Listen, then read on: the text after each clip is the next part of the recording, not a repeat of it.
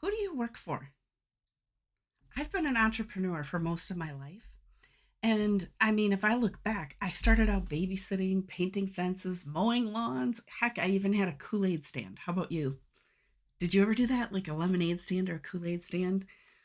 Yeah, we all have like that little entrepreneur spirit in us, I think. But I was also a virtual assistant for 26 years so that I could stay home with our children and still help provide for our family. And then God kind of showed me that He wanted me to wrap up that virtual assistant business and start coaching and advising others who needed a little help with their God given dreams so that they could get in alignment with their assignment. And I love what I do. And it is always so exciting when you get to do it with God because He gives us access to heavenly assets. That's a video for another day. But he has given me a lot of experience and know how and the tools that I can then turn around and help others. But what I want to talk to you about today is who are you working for? Maybe you're working for yourself. Maybe you're an entrepreneur. Maybe you run a ministry. Maybe you have an employer. Maybe you're going to say, I don't work for anybody. And what I would like to do is help you reframe whatever your answer is, because God showed me something pretty cool this morning. If we haven't met before, I'm Melissa Schultz, and I run Melissa Schultz Ministries, and I help people just like you uh, with their experience. I help them experience kingdom breakthrough so you can push aside and push through, break through things that hold you back from walking out your God given assignment with passion and purpose. And it just brings me joy when I get to do that because there are things like fear that hold us back. Sometimes there are lies that we believe. We need help breaking through those. So if that resonates with you, stick around and reach out to me. I would love to chat with you because these are things we are not supposed to continue carrying with us. God wants you to break through so that you can walk out that assignment. So, Colossians 3:23 through 24, Colossians 3:23 through 24, it says, whatever you do, work at it with all of your heart as if you're working for the Lord, not for human masters, since you know that you will receive an inheritance from the Lord as a reward. And I don't so much want to focus on the rewards from the Lord, although those I have to imagine are magnificent because God doesn't do anything small scale, right? But what I want to focus on today is working as if you're working for the Lord. And God got me thinking about really what it really takes to work for Him and what it looks like. And I just want to share 5 things with you today to help you move in that direction. But first of all, no matter what you do in life, you can work for the Lord. And what does that look like? Well, it's being intentional with what you're doing with your time. Are you taking care of your family? Well, those small children, or maybe they're big children, those are God's, even your spouse. Yeah, your spouse is God's child too. And you are taking care of them in a way, and you can think about it that you're actually working for the Lord. I'm telling you, it gives you a completely different perspective. Are you cooking a meal? Yep, you're doing that for the Lord. Um, Washing and putting away dishes for the 90th time this week. Yep, you guessed it. You can be doing that for the Lord and working for Him. You can thank God while you're doing it for having food to eat, for having dirty dishes to wash, for in like having family time as you come together for that meal, or inviting friends in and being part of a community. Maybe you go to a job and you're employed somewhere else. Yep, you could be working for the Lord too. We all answer to somebody ultimately, right?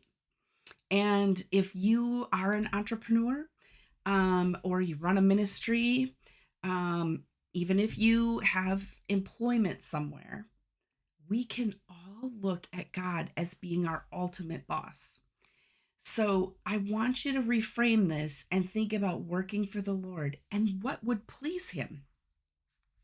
So here are a few things that you can do to help prepare you in this working for the Lord concept.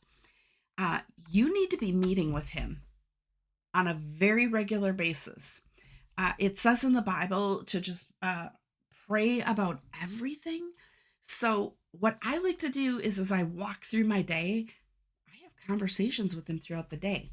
But that isn't the only time because sometimes I'm driving, sometimes I'm, caring for others, sometimes I'm busy with my hands, and I can't write things down.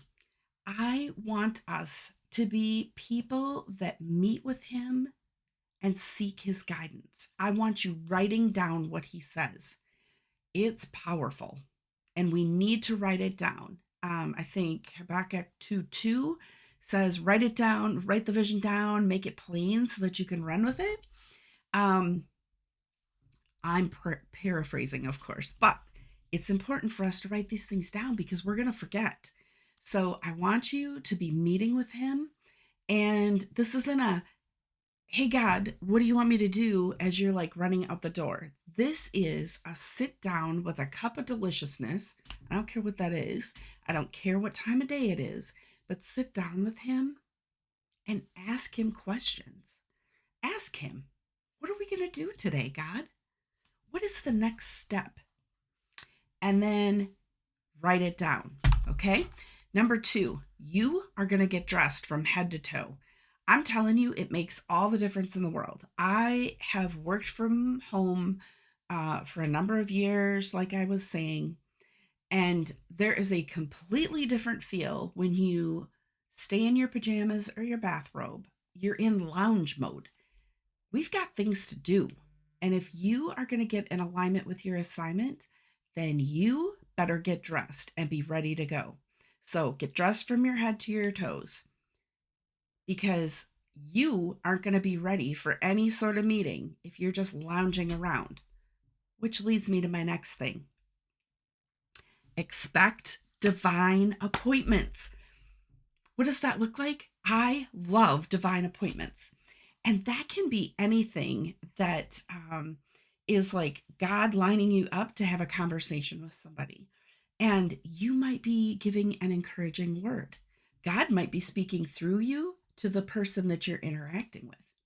That is prophetic, my friend. Sometimes it is a friend that needs you to pray with them.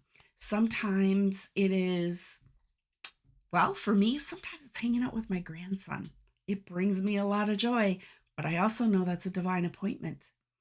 So it can look like a conversation with your parent or your spouse. It can look like a conversation with a complete stranger. Maybe there's something that comes up and somebody needs help. If you're lounging around in your pajamas and your bathrobe, you aren't going to be ready for your divine appointment.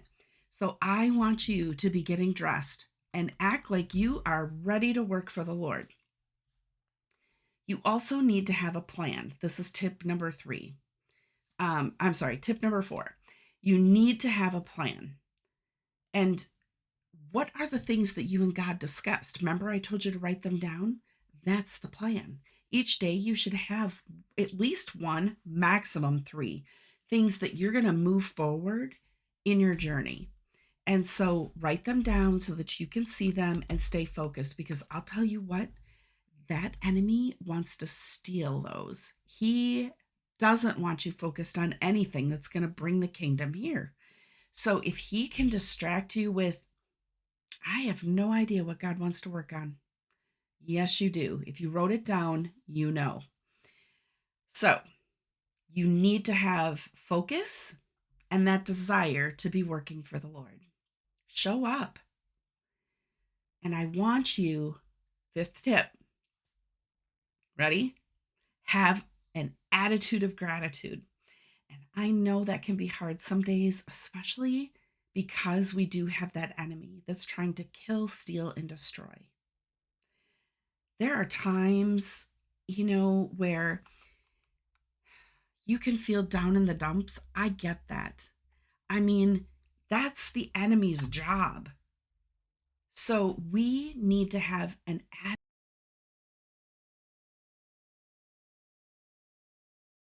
in us, waking up with new mercies from God. Our breath, we can be thankful for. I mean, honestly, a lot of times I am really thankful for my cup of coffee. I love coffee. So you can be thankful for anything, your relationships, a conversation, something God provided for you, by way of a resource, or just something beautiful like a blue sky or a gorgeous sunset. It doesn't matter. Every single day, I want you finding something to be thankful for, and it will cultivate an attitude of gratitude. Again, don't get me wrong. I know life is hard. Believe me, I've been in a hard season. I get it. It's painful sometimes. I mean, I've cried out to the Lord. I have lost my hope. And that is not true. But at the time, that's really how I felt.